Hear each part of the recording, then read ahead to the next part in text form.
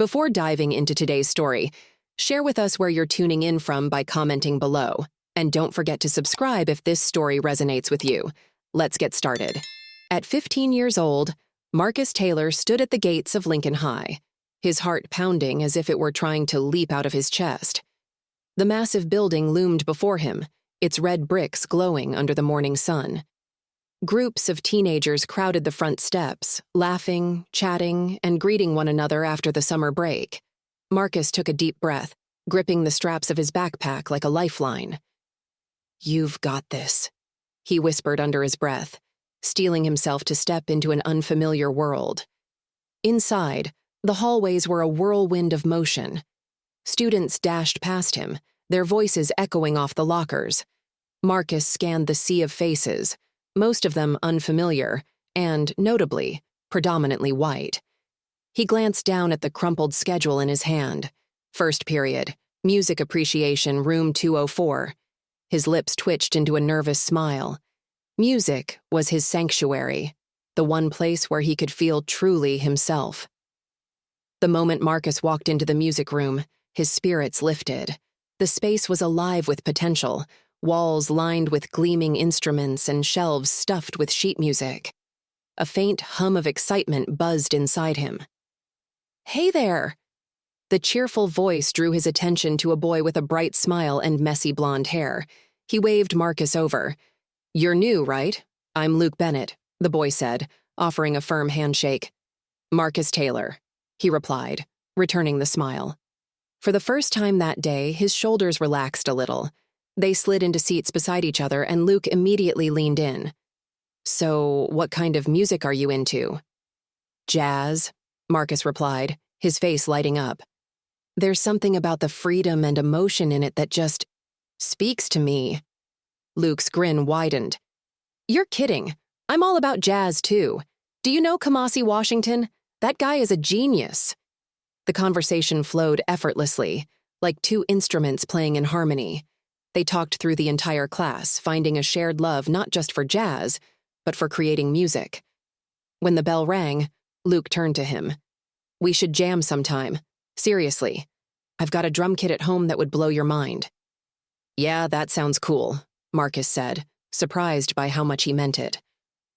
Over the next few weeks, Marcus and Luke became fast friends. They swapped music, shared playlists, and spent hours after school debating the merits of different jazz legends. Marcus found himself looking forward to music class, not just for the instruments, but for the camaraderie he'd found in Luke. One Friday afternoon, as music class was wrapping up, their teacher, Ms. Hartwell, made an announcement that immediately caught their attention. "All right, everyone. For your semester project, you'll pair up to create an original piece of music. It can be a duet, an instrumental arrangement, or even a vocal piece. I want you to let your creativity shine." Luke turned to Marcus with an excited grin. "What do you think? Partners?" Marcus nodded eagerly. "Definitely. Sounds like a plan." "Great. How about we meet at my place tomorrow? My parents won't mind and we can brainstorm over pizza," Luke said, his enthusiasm infectious. Marcus hesitated for a split second. He'd heard Luke lived in one of the wealthiest neighborhoods in town, a world far removed from his own. The thought of stepping into that space made him uneasy, though he wasn't entirely sure why. "Yeah, sure," Marcus said finally, hoping his voice didn't betray his nerves. Luke clapped him on the shoulder. "Awesome. Trust me, it'll be great. My mom makes the best homemade cookies, too." The next afternoon, Marcus found himself standing in front of the Bennett's grand colonial-style house. The manicured lawn stretched out like a postcard, and the massive oak door loomed over him. Swallowing hard, he rang the doorbell. The melodic chime echoed, and moments later, the door swung open to reveal a woman with perfectly styled blonde hair. She wore a crisp blouse and carried herself with an air of perfection. "You must be Marcus," she said, her eyes scanning him quickly. Her tone was polite, but cool. "Yes, ma'am. Thank you for having me over," Marcus said with a polite nod. Mrs. Bennett stepped aside, gesturing for him to enter. "Luke's upstairs. First door on the left." As Marcus climbed the winding staircase, he could feel her eyes on him, her polite smile replaced with a slight frown. Brushing off the unease that crept up his spine, he focused on the reason he was there. Music. In Luke's room, the atmosphere was entirely different. Guitars lined one wall, and a drum set gleamed in the corner. Marcus felt his spirits lift as they dove into brainstorming ideas for their project. Time seemed to vanish as they worked, their shared love for jazz fueling their creativity. "Okay, hear me out," Luke said, scribbling notes on a whiteboard. "What if we blend traditional jazz with a modern beat, like a mashup of Coltrane and something funky, like Snarky Puppy?" Marcus grinned. "I'm in. Let's try it out." They spent hours experimenting with riffs and rhythms, losing themselves in the music. For a while, it felt like nothing else in the world existed. But the harmony was abruptly shattered when Mrs. Bennet burst into the room. Her face was tight with anger, her eyes locked on Marcus. "Where is it?" she demanded, her voice sharp and accusatory. Luke shot up from the floor, confused. "What's going on, Mom?" "My gold bracelet," Mrs. Bennet snapped, her gaze never leaving Marcus. "It was on the kitchen counter, now it's gone." Marcus felt his stomach drop. I didn't take anything," he stammered, his voice barely audible. Mrs. Bennet crossed her arms, her expression hard. "It disappeared after you arrived. What am I supposed to think?" Luke looked horrified. "Mom, stop. Marcus wouldn't steal anything." But Mrs. Bennet ignored him, her voice cold and insistent. "Empty your pockets and your backpack, young man." Marcus felt his face burn with humiliation. He looked to Luke for support, but even his friend seemed frozen in shock.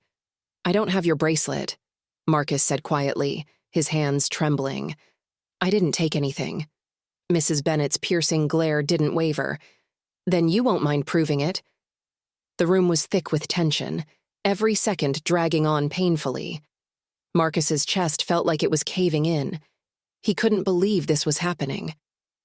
"I think I should leave," Marcus said finally, slinging his backpack over his shoulder.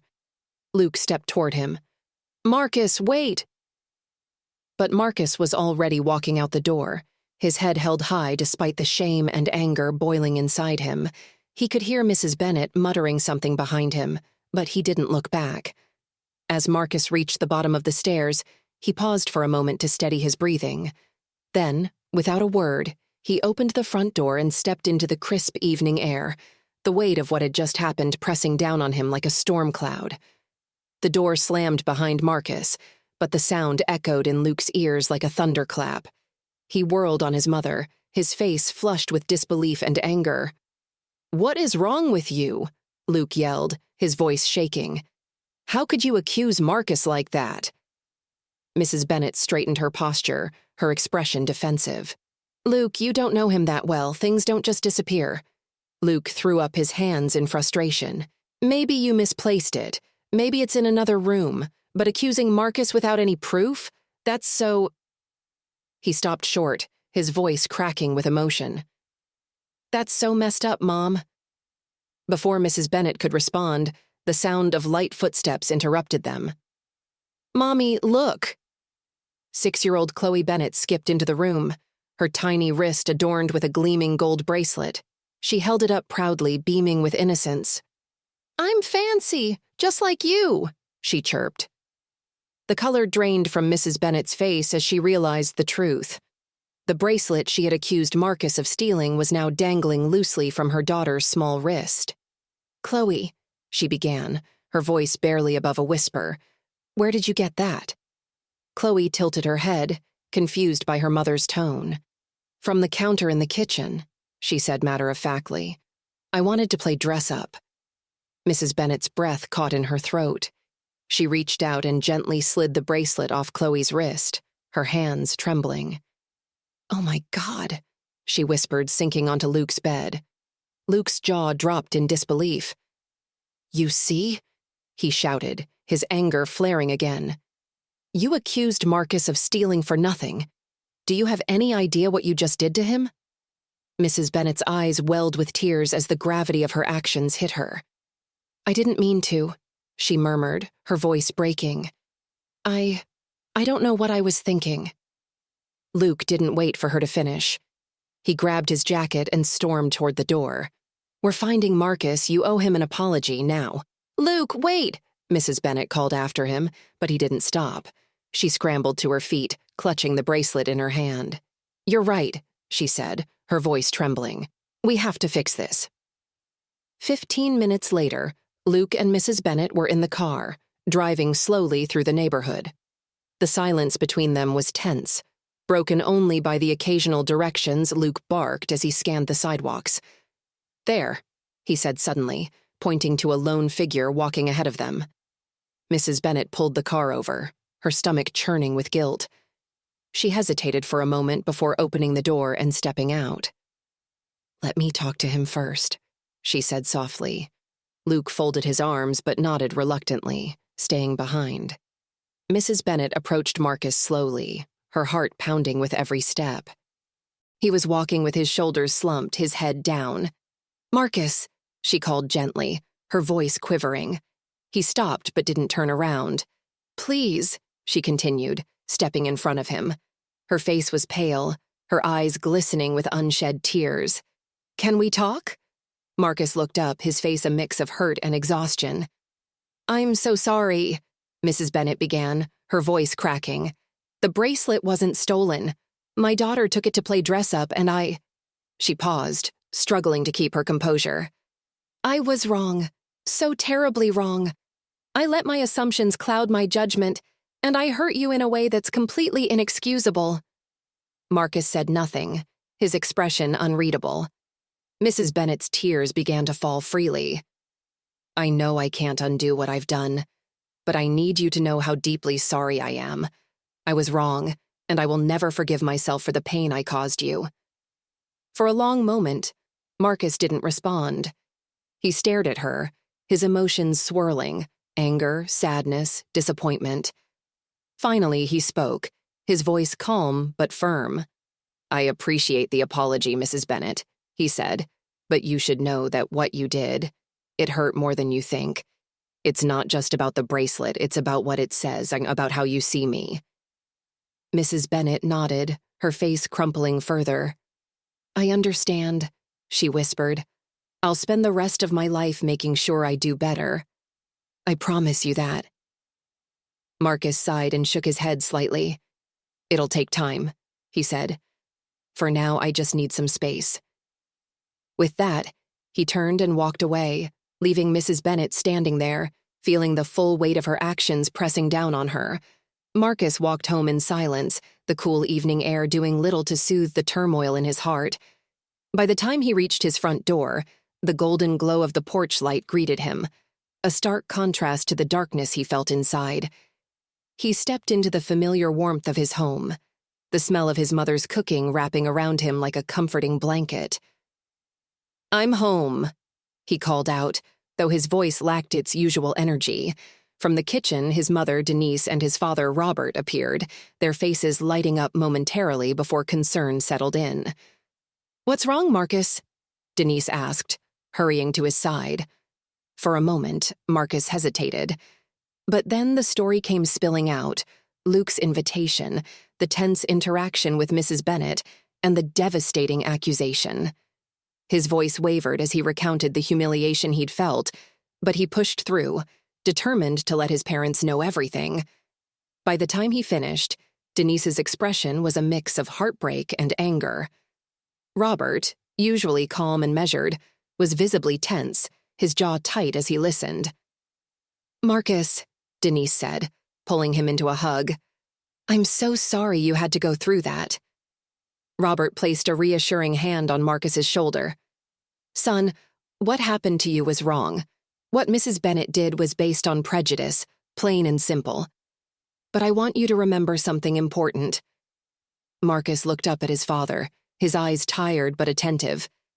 "You're better than her assumptions," Robert said firmly. "You don't have to carry the weight of her ignorance. It's on her, not you." Denise nodded in agreement, her eyes shining with pride and sadness. "And don't let this stop you from being yourself. You're talented, kind, and hardworking. This world needs more people like you." They sat down together in the living room, the warm glow of the lamps casting soft light on their faces. "I've been thinking about the school talent show," Denise said after a pause. "Why not put your energy into that? Use your music to show people who you really are." Marcus hesitated. "I don't know, Mom. After everything, I'm not sure I want to be in the spotlight right now." Robert leaned forward. "Son, music is your voice. It's how you tell your story. Don't let one bad experience silence that." Marcus felt a flicker of hope, but it was quickly overshadowed by doubt. "What about Luke? Should I even keep being friends with him after what his mom did?" Denise exchanged a glance with Robert, both understanding the complexity of the question. "That's something only you can decide," Robert said thoughtfully. "But remember, Luke isn't his mom. From what you've said, he stood up for you. That says a lot about his character." "Take your time," Denise added gently. "You don't have to figure it all out right away. Just know we're here for you no matter what." Marcus nodded, feeling a small sense of relief. His parents' unwavering support was a comfort in the midst of the chaos.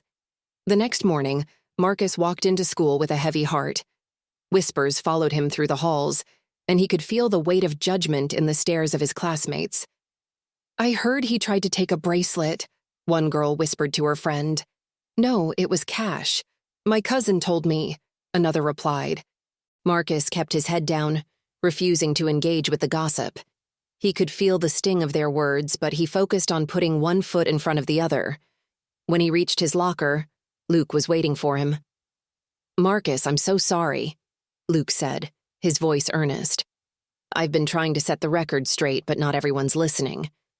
Marcus nodded, appreciating Luke's efforts but unsure how to feel. "Thanks for trying," he said quietly.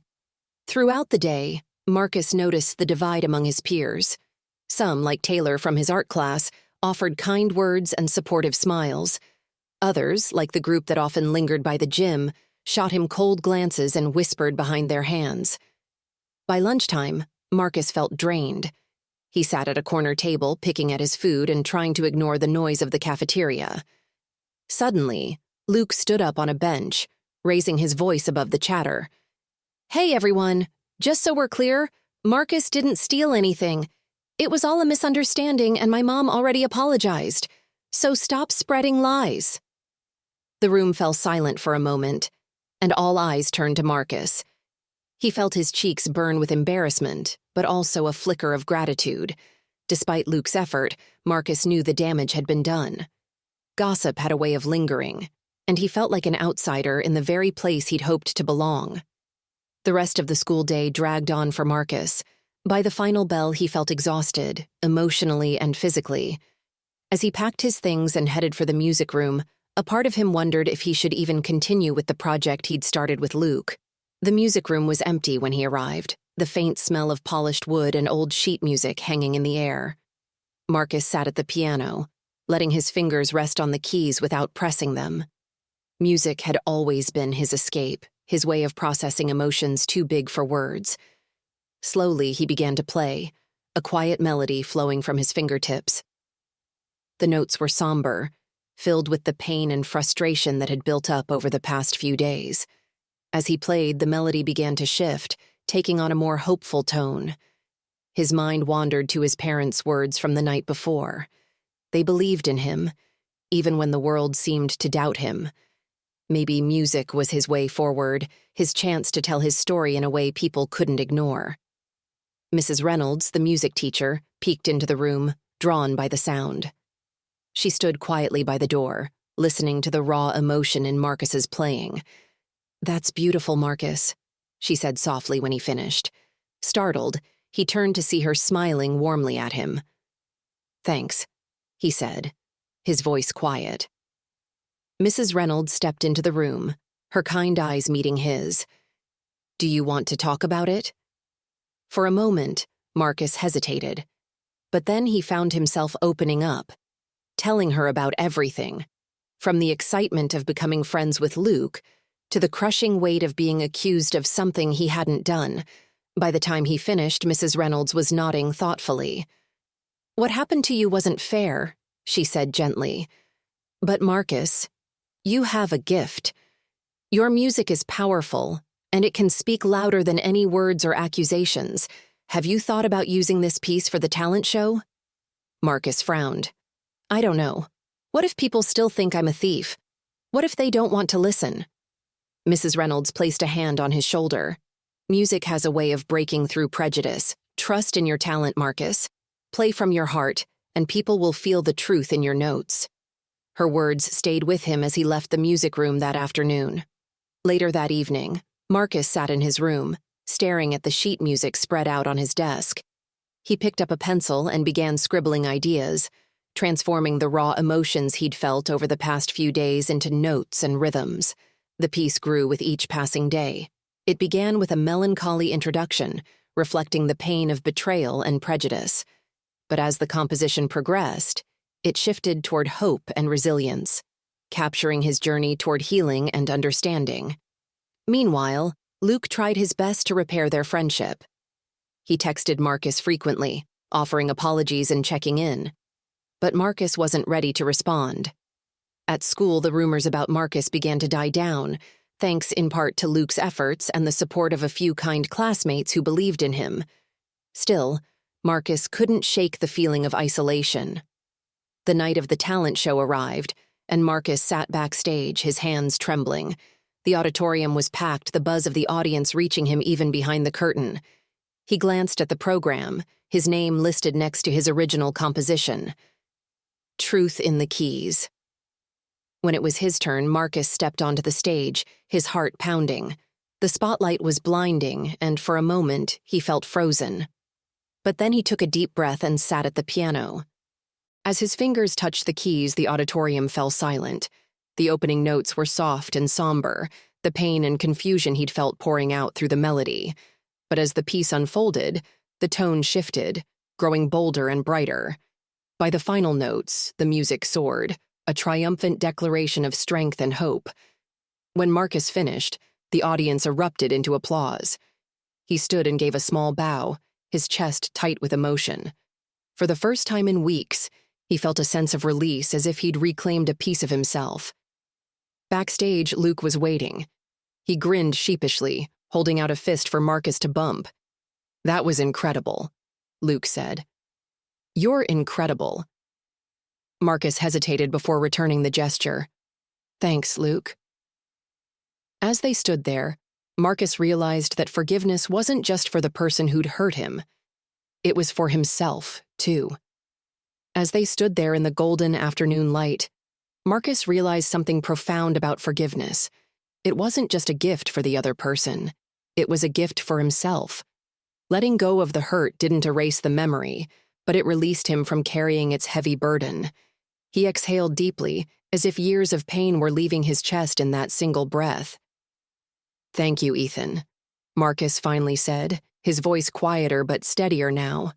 I'm not sure if I'm ready to completely move on, but I'm willing to try. Ethan's face lit up with a mixture of relief and determination. That's all I could ask for, he said, and I promise, Marcus, I'll keep doing better. Not just for you, but for anyone who's ever felt like you did. Their tentative reconciliation felt like the first step in a long journey. Over the following weeks, preparations for the Unity in the Community event picked up momentum. The local park, usually a serene escape for joggers and picnickers, transformed into a buzzing hive of activity. Volunteers gathered under temporary tents, painting banners with words like, "Together we thrive," and "Building bridges, not walls." Marcus threw himself into his music with a renewed passion. Every free moment was spent in the music room or at home, refining the composition he planned to debut at the event. The piece was a deeply personal one, blending melancholy tones that reflected his pain with bright, uplifting melodies that celebrated resilience and hope. Meanwhile, Mrs. Davis found herself grappling with a wave of resistance from some corners of the community. One morning, as Mrs. Davis retrieved her mail, a stack of crude flyers spilled out of her mailbox. Each flyer bore the words, "Say no to forced diversity," in bold red letters, surrounded by inflammatory language about preserving traditional values. Her hands trembled as she flipped through the pile, her stomach churning. At the committee's next meeting, she laid the flyers on the table for everyone to see. "We have a problem," she said, her voice heavy with frustration and guilt. "Not everyone is happy about this event." Angela Johnson picked up one of the flyers, her expression hardening as she read it. "This is exactly why this event is needed," she said firmly. "We can't let this kind of ignorance intimidate us." James nodded. "But we need to be smart about this. The last thing we want is for tensions to escalate further." The group brainstormed ways to counteract the negativity. Suggestions poured in, creating positive flyers, posting updates on social media, and encouraging local businesses to publicly support the event. Ethan and Marcus worked together to design a digital campaign aimed at younger residents. They created a series of short videos highlighting the event's goals, featuring testimonials from students and community leaders about the importance of unity and understanding. "Discomfort is where growth begins," Marcus said in one of the videos, his voice steady and sincere. "This event isn't about pointing fingers, it's about learning from one another and building something better, together." The videos quickly gained traction, drawing attention from nearby towns and even a few local news outlets. When the day finally arrived, the park buzzed with energy. Booths and tents stretched along the pathways, each hosting activities and discussions designed to foster dialogue and understanding. A cultural showcase kicked off the morning, featuring performances by local artists, dancers, and musicians. Attendees sampled food from different cultures, listened to poetry readings, and participated in workshops on topics like implicit bias and active allyship. Marcus spent the morning wandering the park, his nerves building as the time for his performance approached. As the sun began to set, casting a warm golden glow over the park, the crowd gathered around the main stage for the event's closing performances. Marcus stood backstage, his heart pounding as he clutched his saxophone. "You've got this," Ethan whispered, giving him an encouraging pat on the back. When Marcus's name was called, the audience erupted into applause. He stepped onto the stage, the spotlight momentarily blinding him. Taking a deep breath, he approached the microphone. "This piece is called Still Standing," Marcus said, his voice steady despite his nerves. "It's about finding strength in the face of adversity and choosing hope over fear." As he began to play, the crowd fell silent. The opening notes were slow and heavy, carrying the weight of pain and betrayal. But as the piece unfolded, the melody began to shift, gradually, almost imperceptibly at first, toward something lighter and more uplifting. By the final crescendo, the music soared, filling the park with a sense of triumph and resilience. When Marcus played the last note, the crowd erupted into a standing ovation. Tears streamed down his mother's face as she clapped alongside James, their pride radiating from the front row. Even Mrs. Davis, standing near the back, couldn't stop herself from smiling through her own tears. The event marked a turning point for the community. Conversations that had once been whispered behind closed doors were now taking place openly. New connections were forged, and many attendees left feeling inspired to continue the work of building a more inclusive town. For Marcus and Ethan, the event solidified their friendship. Working together had reminded them both of the power of collaboration and the importance of standing up for what was right. As they walked home that evening, Ethan turned to Marcus. "I think we did something good today," he said, a grin spreading across his face. Marcus nodded, his saxophone case slung over one shoulder. "Yeah," he said, a small smile playing on his lips. "I think we did." And as the stars began to twinkle in the sky above, Marcus felt a sense of belonging, not just in his community, but within himself. In the weeks following the Unity in the Community event, the impact of the gathering began to ripple through the town. Small but meaningful changes became apparent. Local businesses displayed signs of support, reading, "We stand for unity." Community centers organized follow-up workshops, and schools incorporated lessons on diversity and inclusion into their curriculums. Marcus noticed a shift at school as well. While not everyone had been swayed by the event, many of his classmates had. Some who had previously avoided him now went out of their way to say hello or compliment his performance. Even a few of the students who had left hateful notes in his locker approached him to apologize. At first, Marcus felt conflicted about accepting their apologies. He wondered if their regret was genuine, or if they were simply following the crowd. But his father's words echoed in his mind. Forgiveness isn't about excusing their behavior. It's about freeing yourself from the weight of their mistakes. He decided to give them a chance, responding to each apology with a nod and a quiet, "Thank you." For Ethan, the event was a revelation. Seeing the outpouring of emotion and the courage of people like Marcus inspired him to reflect on his own actions and inactions. He realized that standing by silently when others made harmful comments wasn't enough. In history class one afternoon, a group of boys began making snide remarks about another student's accent. Ethan felt his stomach churn, the familiar feeling of unease creeping up on him. But this time, he didn't stay silent. "Hey, knock it off," Ethan said loudly, drawing the attention of the entire class. The boys turned to him, startled. "What's your problem?" one of them sneered. "My problem is people like you thinking it's okay to put others down," Ethan shot back. "It's not funny, it's just cruel." The teacher intervened, diffusing the situation, but Ethan's heart raced with a mixture of fear and pride.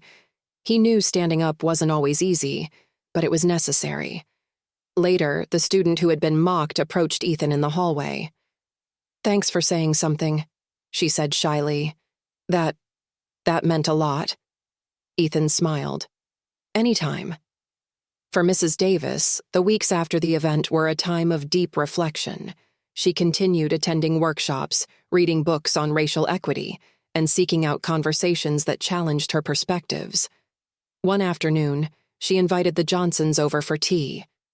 Angela hesitated at first, still wary of Mrs. Davis's intentions. But James encouraged her to give the invitation a chance. "It could be another step toward healing," he said. When they arrived, Mrs. Davis greeted them warmly, her demeanor markedly different from the first time Jonas had entered her home. She had prepared a spread of sandwiches and cookies, and the four of them sat together in the living room. "I want to thank you for coming," Mrs. Davis began, her voice trembling slightly. "I've been on a journey since that day, and I owe it all to your courage in holding me accountable." Angela nodded, her expression softening. "Accountability is important, but so is action. What you're doing now is what matters most." The conversation flowed naturally after that, touching on their shared experiences and hopes for the future. By the time the Johnsons left, the atmosphere was far warmer than when they had arrived. Encouraged by the success of his performance, Marcus began to embrace his role as a musician with a voice. He started sharing his compositions online, uploading videos of himself playing with heartfelt captions about the stories behind each piece. To his surprise, his videos began gaining traction. Comments poured in from people all over, praising not just his talent but his courage in speaking out. "You inspire me," one comment read. "Thank you for sharing your story through your music." Invitations to perform at local events followed, and Marcus found himself busier than ever. He felt a renewed sense of purpose, knowing his music could bring people together and spark important conversations. As the months passed, the town continued to evolve. While prejudice and resistance hadn't disappeared entirely, there was a newfound openness to addressing these issues. The Unity in the Community event became an annual tradition, each year growing larger and more impactful. Ethan and Marcus remained close friends, their bond stronger than ever. They often worked together on projects, using their platform to advocate for inclusion and empathy. One day, as they sat in the park brainstorming ideas for a school project, Marcus turned to Ethan with a grin. "Remember when we first met?" Marcus asked. Ethan laughed. "Yeah, you were nervous as hell walking into that music room. I almost thought you weren't going to say anything." Marcus chuckled. "Well, look at us now. Who would have thought?" Ethan smiled, his gaze thoughtful. "You know, Marcus, you've taught me more than any book or teacher ever could. About music, about courage, about being a better person. I'm glad we're friends." Marcus nodded, feeling a warmth spread through him. "Me too." Years later, Marcus would look back on this time as the beginning of his journey, not just as a musician, but as an advocate for change. His music, born from pain and resilience, would go on to inspire countless others, and in the small town where it all began, a plaque would one day be erected in the park, commemorating the first Unity in the Community event. It read, "In honor of those who stood for justice, who chose understanding over fear, and who showed us all that unity begins with listening." The resistance to the Unity in the Community event reached a boiling point just days before it was scheduled. One morning, as Mrs. Davis walked to her mailbox, she discovered a pile of flyers with inflammatory messages in bold red letters. "Say no to forced diversity. Keep our community the way it's meant to be." Her hands shook as she flipped through the stack, feeling a mix of guilt and determination. There was no turning back now, not after all the progress they had made. Angela Johnson noticed her worried expression during the committee meeting later that afternoon. "What's wrong?" she asked, taking a seat at the long table. Mrs. Davis placed one of the flyers in the center of the table. "This," she said, her voice wavering. "Some people in this community are determined to stop us." Angela picked up the flyer, her face hardening as she read it. "This just proves how much our community needs this event," she said firmly. "We knew there might be pushback," added James Johnson, leaning forward. "But we can't let it stop us." But the resistance didn't stop at flyers. Late at night, Mrs. Davis began receiving threatening phone calls. Anonymous voices warned her to cancel the event, or else. Despite her growing fear, she stood her ground. "I made a terrible mistake," she confessed to Angela one afternoon as they worked through the logistics. "I hurt your son because of my own ignorance. I can't undo that, but I can try to make sure it doesn't happen to anyone else." As news of the controversy spread, local media picked up the story. Reporters camped outside Mrs. Davis's home, hoping for a statement, while evening news segments debated the merits of the diversity program, showcasing deeply divided opinions.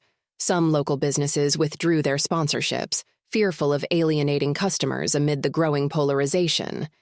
Even the school board held an emergency meeting to discuss whether the event should be allowed to take place on school grounds. Despite the mounting obstacles, the committee remained steadfast in their mission. They began meeting more frequently, working late into the night to find solutions for each new challenge. Jonas and Ethan threw themselves into their roles with renewed determination. One afternoon, as they painted promotional posters in the school art room, Ethan let out a long sigh, dropping his brush onto the table. "I never thought planning a community event would be this stressful," he said. Jonas paused, his own brush hovering over the canvas. "That's exactly why we have to do this," he said, his tone resolute. "If people are this upset about just talking about diversity, imagine how much work we have to do." Their resolve grew stronger with each setback. For every business that withdrew its support, another community member stepped forward to volunteer. For every threat, there was an outpouring of encouragement from others who believed in the mission. While the committee worked tirelessly, Jonas found solace and purpose in his music. Sitting at the piano in his family's living room one evening, his fingers hovered over the keys. He closed his eyes, took a deep breath, and began to play. The melody that poured from his hands was hauntingly beautiful, carrying the weight of his recent experiences. Ethan, who had arrived moments earlier, stood silently in the doorway, captivated by the raw emotion in the music. "That was incredible," Ethan said softly when the last note faded. Jonas looked up, startled. He hadn't realized Ethan was there. "Thanks," Jonas said, a small smile tugging at his lips. "I've been working on it for weeks." Ethan stepped closer, his eyes bright with an idea. "What if we added visuals to go along with your song?" he suggested. "We could make it even more powerful." Jonas tilted his head, considering the idea. "What kind of visuals?" Ethan's excitement grew as he outlined his plan. "We could gather stories and images from people in the community about overcoming prejudice, finding hope, and coming together. We could create a video montage to play during your performance." Jonas's smile widened. "I like it. Let's do it." Over the next few days, the two friends worked tirelessly on their multimedia piece. They visited neighbors, interviewed classmates, and collected stories from those willing to share their experiences. As the video montage took shape, Jonas felt a deeper connection to his music, knowing it was part of something bigger than himself. Meanwhile, Mrs. Davis and Angela Johnson spent hours finalizing the event's logistics. They sat together at the Johnsons' kitchen table, surrounded by papers, sticky notes, and half-empty coffee mugs. "I think we've finally secured the venue," Mrs. Davis said, crossing an item off her to-do list. "The community center agreed to host us at a discounted rate." Angela let out a sigh of relief. "That's one less thing to worry about." "And we've confirmed most of the speakers," Mrs. Davis continued, "including the civil rights lawyer you suggested. He's going to deliver the keynote address." Angela beamed. "That's fantastic. He's a powerful speaker, and his story will resonate with so many people." As they worked, an unexpected bond formed between the two women. They had started as adversaries, brought together by difficult circumstances. But now, they found themselves united by a shared goal. "I never thought I'd be doing something like this," Mrs. Davis admitted, her voice soft. "But I'm so glad I am. Thank you for giving me this chance, Angela." Angela reached out, squeezing Mrs. Davis's hand. "We're all learning and growing together," she said warmly. Posters for the Unity event and the upcoming school talent show appeared side by side on storefronts and bulletin boards across town. Despite lingering resistance, there was a palpable sense of excitement in the air. Jonas felt it too. As he practiced his song late into the night, he couldn't help but imagine the moment he would share his story with the community. Though nervous, he knew this was his opportunity to make an impact. The night of the school talent show arrived, and the auditorium buzzed with energy. Students, teachers, and parents filled the seats, their conversations creating a lively hum. Backstage, Jonas paced nervously, his hands clammy and his heart racing. "You've got this," Ethan said, giving him a reassuring pat on the back. "Your song is incredible. Just remember why you wrote it." Jonas nodded, taking a deep breath. As the MC's muffled voice announced his name, he stepped onto the stage. The bright lights momentarily blinded him as he made his way to the piano. Sitting down, he took another deep breath and began to play. The opening notes of Jonas's song, "Rise Above," filled the auditorium, silencing the audience. The melody was haunting, yet hopeful, carrying an emotional weight that immediately captured everyone's attention. As Jonas's voice joined the music, his lyrics painted a vivid picture of his experiences, the pain of being judged unfairly, the struggle to find his voice, and the hope that came from resilience. In the front row, Angela and James Johnson watched with tears in their eyes. Angela gripped her husband's hand tightly, overwhelmed with pride as her son poured his heart into the performance. A few rows back, Mrs. Davis sat with Ethan, her face a mixture of remorse and admiration. She listened intently to every word, each line reminding her of the impact her actions had had on Jonas's life. As Jonas reached the chorus, the video montage Ethan had created began to play on the screen behind him. Images of community members flashed by, each face telling a story of overcoming prejudice and finding strength in unity. The music swelled, and Jonas's voice soared with determination. The combination of his raw vocals and the powerful visuals brought many in the audience to tears. When the final note faded into silence, there was a brief pause before the entire auditorium erupted in applause. People rose to their feet, cheering and clapping with an intensity that echoed through the space. Jonas stood from the piano, scanning the crowd. He saw faces filled with admiration, many of them classmates who had once doubted him. For the first time since the incident, Jonas felt a weight lift from his shoulders. As he took a bow, his eyes found Ethan in the wings. Ethan gave him a thumbs up and a wide grin, and Jonas couldn't help but smile back. The impact of Jonas's performance rippled through the community like a wave.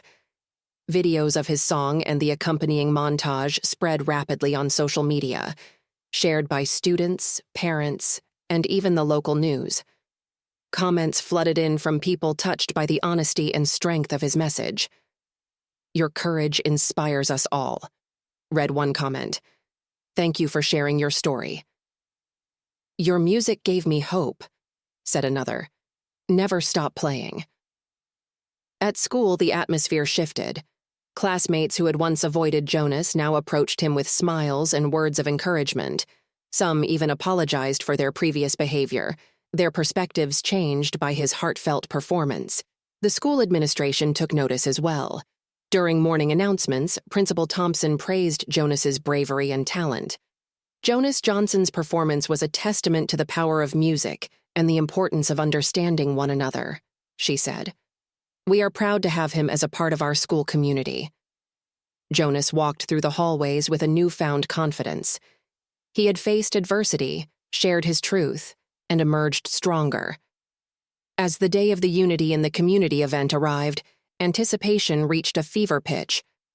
Volunteers worked tirelessly to transform the community center into a vibrant space for dialogue and celebration. When the doors opened, people from all walks of life poured in: families, students, elders, and community leaders. The air buzzed with energy as attendees explored workshops, listened to speakers, and connected with neighbors they had never spoken to before. One of the most moving moments came during the keynote address by a civil rights lawyer. He spoke of his own experiences with prejudice, weaving in stories of hope and resilience that resonated deeply with the crowd.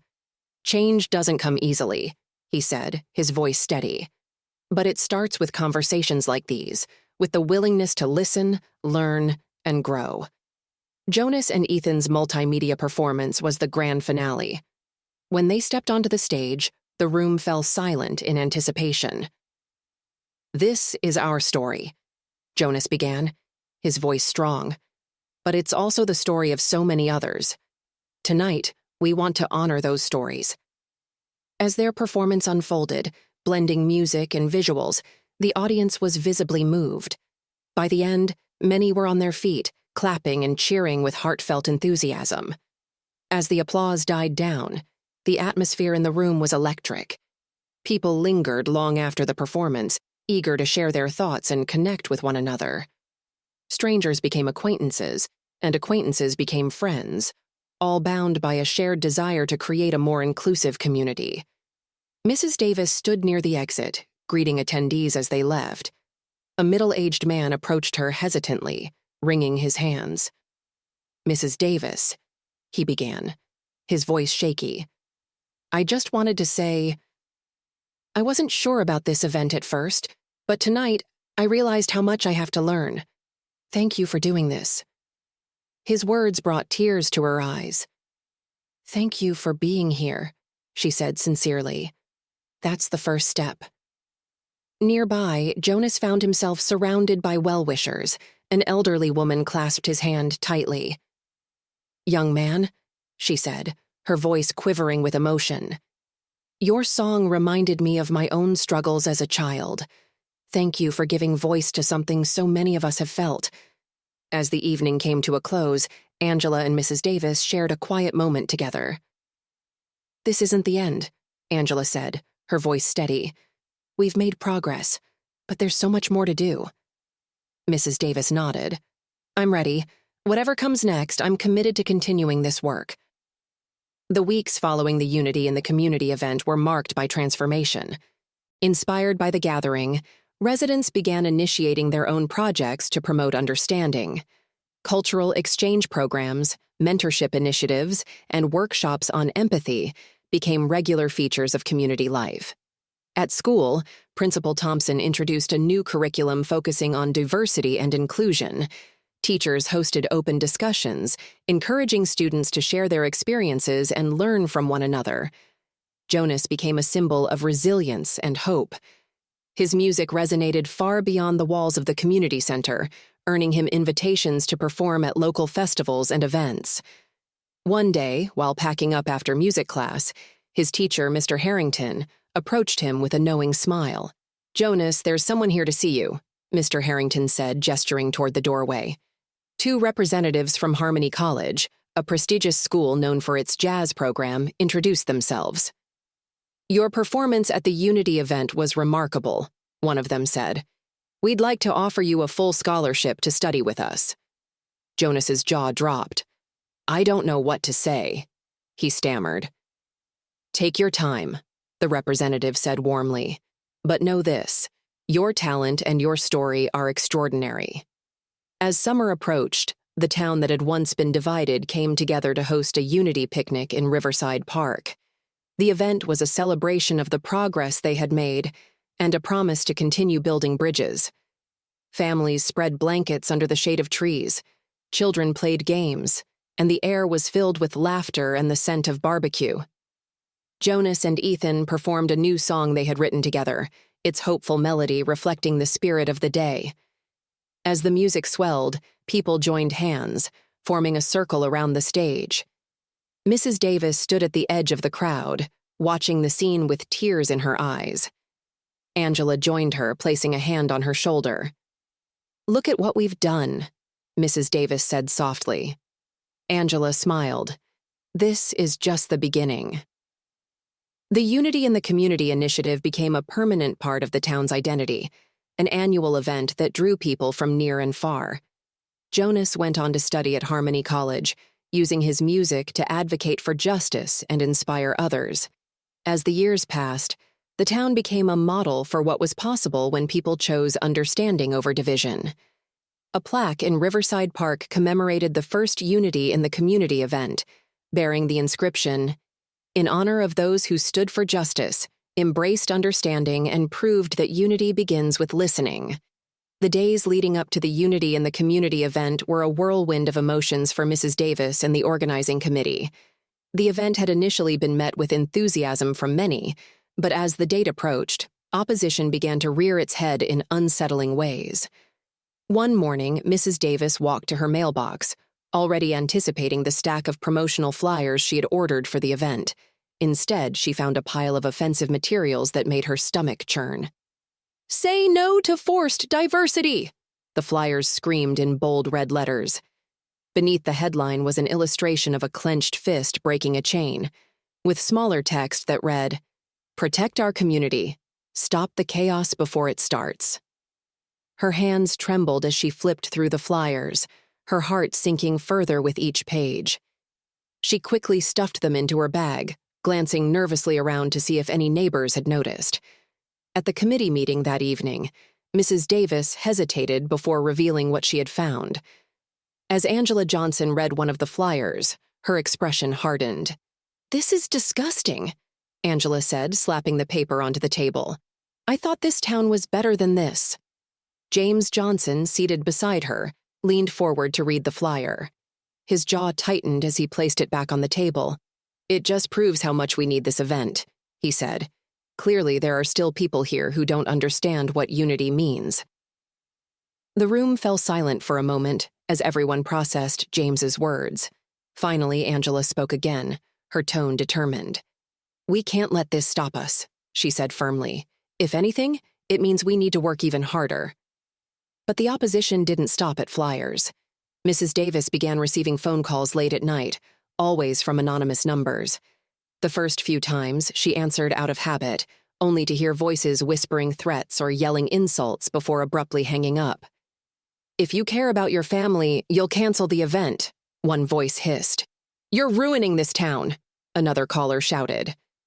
Each call left her shaken, but she refused to let fear dictate her actions.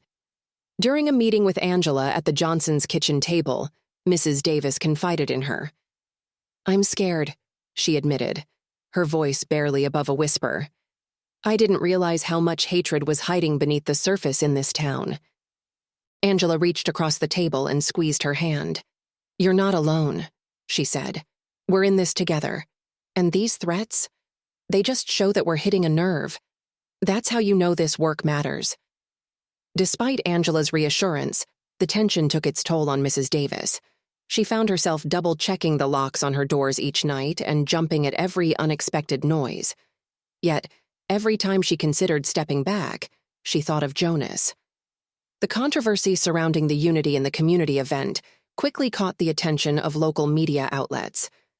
Reporters began camping outside Mrs. Davis's home, their cameras aimed at her front door. "Mrs. Davis, do you have any comment on the backlash to your event?" one shouted as she stepped outside to retrieve her mail. No comment, she replied, her voice shaking as she hurried back inside. That evening, the local news aired a segment titled Diversity Debate Divides Suburban Town. The program featured interviews with both supporters and detractors of the event, highlighting the stark divide within the community. Events like this are unnecessary and divisive, one opponent said. Our town was fine the way it was. But a supporter countered, if people are uncomfortable, it's because they don't want to face the truth. We need this event to move forward as a community. The segment concluded with footage of the committee at work, portraying them as determined yet embattled. The increased attention brought new challenges. Several businesses that had initially offered sponsorships withdrew their support, citing concerns about alienating customers. Even the school board called an emergency meeting to reconsider whether the event could take place on school grounds. Despite the mounting pressure, the committee refused to back down. Their meetings became more frequent, stretching late into the night as they brainstormed ways to navigate the growing resistance. Angela spearheaded efforts to secure alternative funding after losing key sponsors. She reached out to local nonprofits, churches, and even individual donors, rallying support one phone call at a time. Every dollar helps, she said during one meeting, holding up a list of new donors. This event is happening, no matter what. Meanwhile, Jonas and Ethan focused on raising awareness among their peers. They organized a series of lunchtime discussions at school, inviting students to share their thoughts on diversity and inclusion. At one session, a student raised his hand hesitantly. I didn't realize how much bias there still is in our town, he admitted. Hearing other people's stories has been eye-opening. That's the point, Jonas said, his voice steady. Change starts with conversations like this.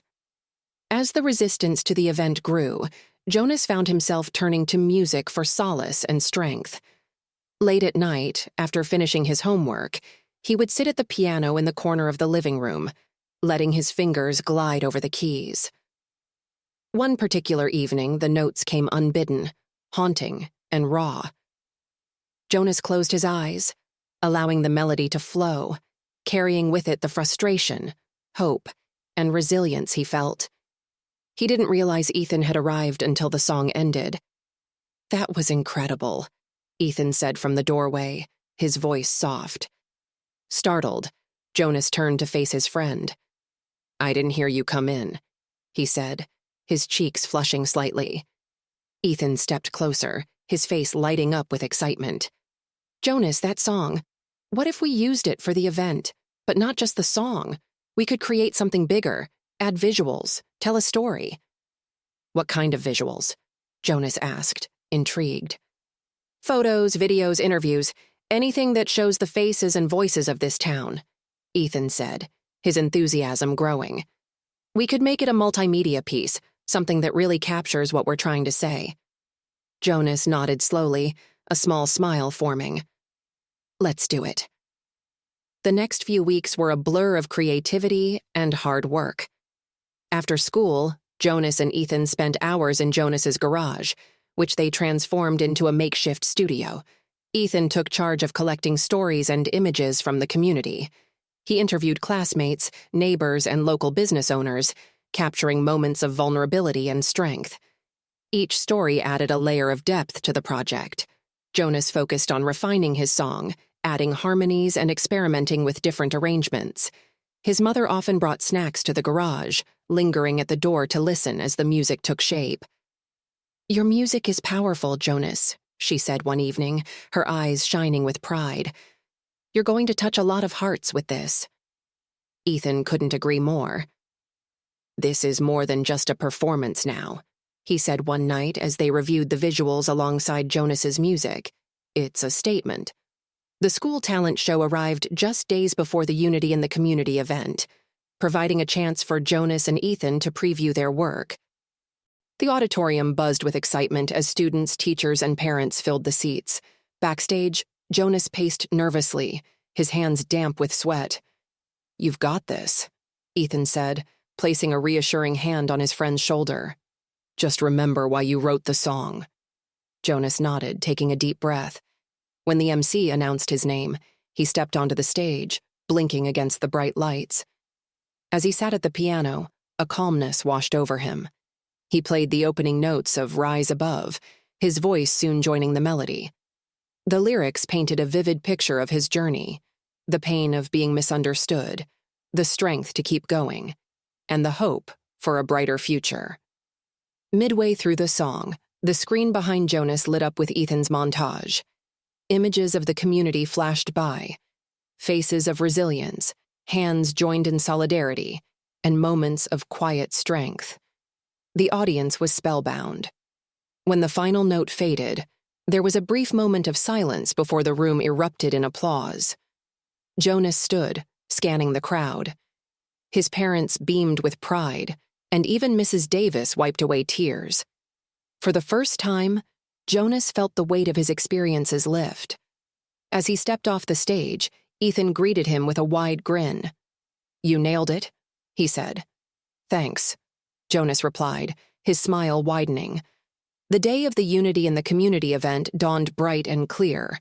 Volunteers arrived early to transform the community center into a vibrant space filled with banners, booths, and displays. As attendees began to trickle in, Mrs. Davis stood at the entrance, greeting each person with a warm smile. She noticed familiar faces, neighbors, teachers, parents, and a few she didn't recognize. "It's happening," Angela said, joining her. "It's really happening," Mrs. Davis agreed, her voice tinged with awe. The event featured workshops on topics like empathy, inclusion, and confronting bias. Speakers shared personal stories that left audiences moved to tears. In one corner of the room, James Johnson led a discussion group on systemic racism. Across the hall, a retired teacher hosted a session on creating inclusive classrooms. "People are really engaging," Angela said, as she and Mrs. Davis walked through the event. "It's more than I hoped for." Mrs. Davis smiled, her earlier fears fading. "It's a step in the right direction," she said. As the afternoon wore on, the crowd gathered in the main auditorium for the event's grand finale, Jonas and Ethan's multimedia performance. The buzz of anticipation was palpable as attendees filled the seats, whispering excitedly about the young duo's talent. Backstage, Jonas adjusted the mic stand while Ethan checked the projector. "This is it," Ethan said, giving Jonas a thumbs up. Jonas nodded, taking a deep breath. "Let's do this." As they stepped onto the stage, the room fell silent. Jonas approached the microphone, scanning the sea of faces before him. "This song is called Rise Above," he began. "It's about finding hope in the face of adversity and the power of standing together." The opening notes of the song filled the auditorium, soft and haunting. Jonas's voice, rich with emotion, carried the weight of his journey. When the visuals began to play, the audience gasped. Ethan's montage brought the music to life, showcasing images and videos of the community, faces full of determination, moments of connection, and symbols of unity. As Jonas reached the chorus, his voice swelled with passion. The lyrics spoke of pain, resilience, and the courage to rise above division. In the front row, Angela and James Johnson held hands tightly, tears streaming down their faces. A few seats away, Mrs. Davis watched with a mixture of awe and pride. By the time Jonas played the final note, the entire room was on its feet. The applause was deafening, a thunderous roar of appreciation and support. Jonas stood, his chest heaving as he took it all in. Ethan joined him on stage, grinning as he gestured to the crowd. "You did it," Ethan said, his voice barely audible over the applause. "We did it," Jonas corrected, his smile wide. The performance was the highlight of the Unity in the Community event, but its impact extended far beyond the walls of the auditorium. Videos of Jonas's song and Ethan's visuals spread rapidly on social media, shared by attendees and local news outlets. Comments flooded in from people who had been moved by the performance. "Your music gave me hope," one person wrote. "Thank you for sharing your story." "This is what change looks like," read another comment. At school, Jonas noticed a shift in the way people treated him. Classmates who had once avoided him now approached him with smiles and words of encouragement. One afternoon, as Jonas walked to his locker, a student he barely knew stopped him. "Hey, Jonas," the student said, his tone hesitant. "I just wanted to say your performance was amazing. It made me think about some stuff I hadn't before." "Thanks," Jonas replied, his voice filled with gratitude. "That means a lot." In the weeks following the event, the town began to see real change. Inspired by the Unity event, residents organized follow-up initiatives, including cultural exchange programs, mentorship opportunities, and workshops on allyship. The school board approved a new curriculum that incorporated lessons on diversity and empathy. Teachers hosted open discussions, giving students a safe space to share their thoughts and experiences. Mrs. Davis continued her advocacy work, partnering with Angela Johnson to launch a mentorship program for students. The program paired younger children with older mentors, fostering relationships across different backgrounds. "This isn't just about fixing what went wrong," Mrs. Davis said during a planning meeting. "It's about creating something better." Angela nodded in agreement. "We're not just mending fences, we're building bridges." As the summer approached, Jonas prepared for his next big step, attending Harmony College on a full scholarship. While packing his belongings, he reflected on how far he had come. One evening, he sat at the piano, playing a soft melody as his mother joined him in the living room. "You've grown so much, Jonas," Angela said, her voice filled with pride. "Not just as a musician, but as a person." "Thanks, Mom," Jonas said, his fingers never leaving the keys. "I couldn't have done it without you and Dad. Or without Ethan." Angela smiled. "You've made us all proud." At Harmony College, Jonas quickly made a name for himself. His professors recognized his talent and encouraged him to explore how music could inspire social change. He wrote a new composition titled Bridges of Sound, blending jazz, gospel, and classical influences.